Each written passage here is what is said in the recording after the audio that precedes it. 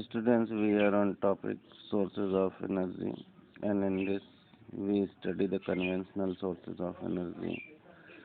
So, conventional sources of energy are those sources of energy which we are using from ancient times.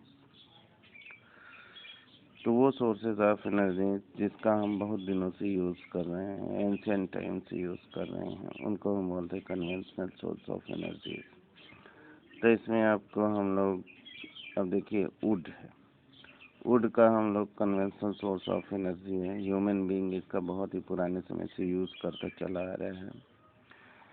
Would का use हम लोग domestic purpose से और industrial यानी औद्योगिक रूप से करते हैं। डोमेस्टिक पर्पस से खाना बनाने के लिए हम लोग कुक करने के लिए, फायर के लिए करते हैं, चूल्हे जलाने के लिए वुड का यूज़ करते हैं। इंडस्ट्रियल पर्पस में भी हम लोग वुड का यूज़ पहले इंडस्ट्रीज में बॉइलिंग वगैरह वाटर करने के लिए करते थे। Another conventional source of energy is wind and water। तो wind energy was use for navigation.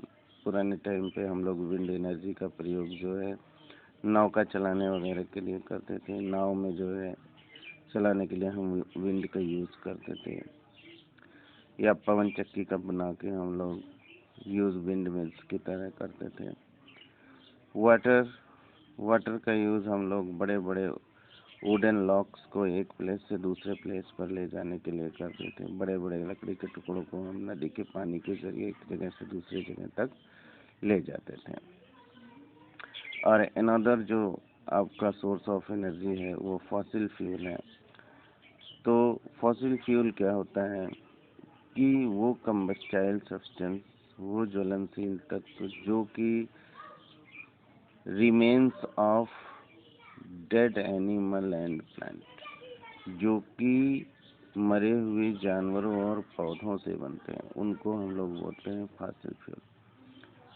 तो ये मरे हुए जानवरों और पौधों से कैसे बनते हैं? बिकॉज लाखों करोड़ों साल पहले जो है हमारी पृथ्वी में कोई चेंज आया होगा, जिसकी वजह से उस वक्त के ढेर सारे जंतु और पेड़ पौधे मिट्टी में जम जाते हैं, दब गए थे। मिट्टी में जब दब गए थे तो ऐसी कंडीशन में कई बार यही प्रक्रियाएं हुई, जिसकी वजह से जो हमारा एटमॉस्फेरिक प्रेशर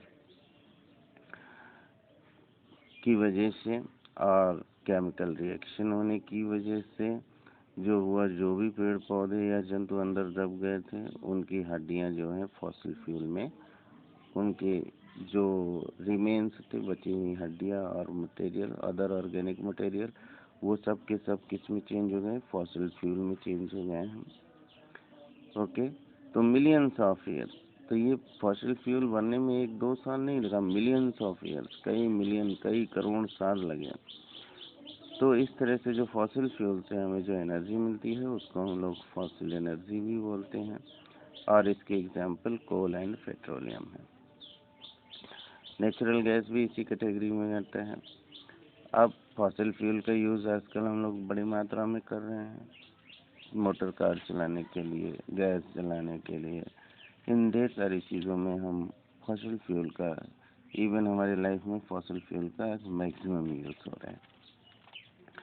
तो what is the disadvantage of the fossil fuel? अब फॉसिल फ्यूल यूज़ तो करते हैं लेकिन उसके बहुत से नुकसान भी है, डिसएडवांटेज। तो burning of coal and petroleum produces lot of pollution. जब हम कोई भी कोयला या पेट्रोलियम बर्न करते हैं तो उससे ढेर सारे पॉल्यूटेंट्स निकलते हैं, जिससे एयर पोल्यूशन होता है, धुआं, स्मोक निकलता है। स्मोक की वजह से ढेर सारा एयर पोल्यूशन होता है। फॉसिल फ्यूल क्या करता है? Oxides of carbon, nitrogen and sulphur के ऑक्साइड्स निकालता है, जिसकी वजह से जो होता है एसिड रेन होने की संभावना होती है।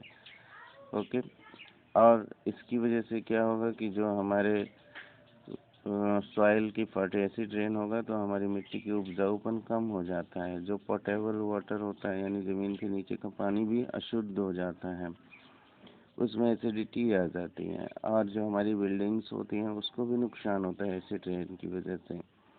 फॉसिल फ्यूल कुछ ऐसी गैसेस भी बनाता है, such as greenhouse gases, carbon dioxide gas बनाता है, जिसकी वजह से ग्लोबल वार्मिंग होता है।